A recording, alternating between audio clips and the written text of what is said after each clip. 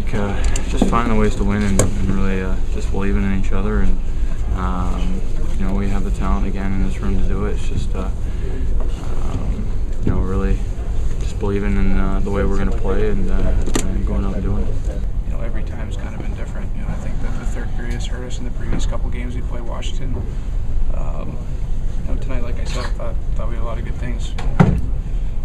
We're missing Cooney and Gino, and we worked hard, we battled hard. It wasn't enough. I mean, that's the way it goes sometimes.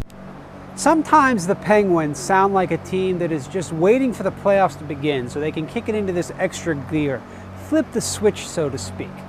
The question they have to ask themselves right now is, what if the fuse has already been blown? You hear them coming out of the locker room, and you got to give a lot of credit to some of the young leaders on this team like Jordan Staal and certainly Sidney Crosby, the young captain, answering all the questions in difficult times.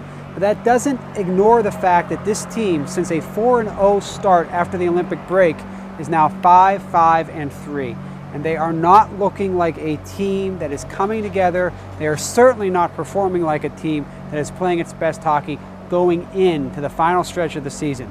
3 games left before the Stanley Cup playoffs open, and right now you could make a strong case that the Pittsburgh Penguins, the defending champions, the 2-time defending Eastern Conference champions, would be one of the worst teams entering the playoffs in terms of the way they've performed. You certainly can't blame Crosby. My opinion, and I'm a voter, he's made the strongest case this year for most valuable player of the league. Let's consider that this was the 15th game the Penguins played without center Evgeny Malkin. Now, Crosby hasn't scored a lot of goals in those games, but he had a goal tonight for his 48th, tied with Alexander Ovechkin, who's missed a lot of games, but also Ovechkin has 7 empty net goals, Crosby none. So you have to key that into the factor here when you're talking about what season is more impressive.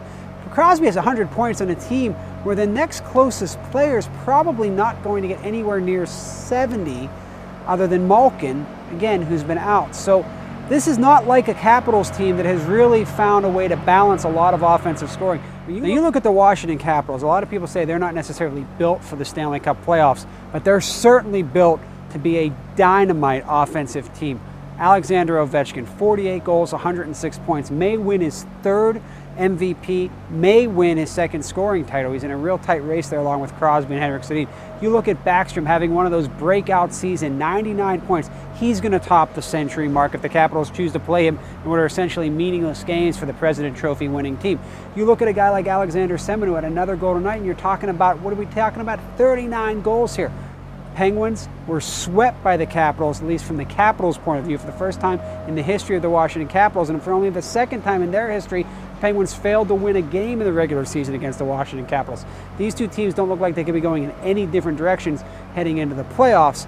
That said, word out of the Capitals room is that you should still beware of these Penguins. It's always nice to play to score against your old teams, but they're a great team, and they're going to be a force to be reckoned with in the playoffs. They're champions, they're the Stanley Cup champions. So I mean, it's nice that we did it, and I'm happy we did it. But I mean, I don't think it would mean a hill of beans if we meet them in the playoffs. So there you have it. 3 games left in the regular season for the Penguins, none of them against top teams in the league. So if they're going to prove anything, they're going to have to prove it against some bottom feeders. They may need to do it. They still have a chance at the division, and a big one coming up Thursday night, final regular season game here at Mellon Arena against the New York Islanders. You're going to want to arrive early. A lot of former Penguins coming back in town. I'll be there. Will you? For Trib Total Media, I'm Penguins beat reporter Rob Rossi.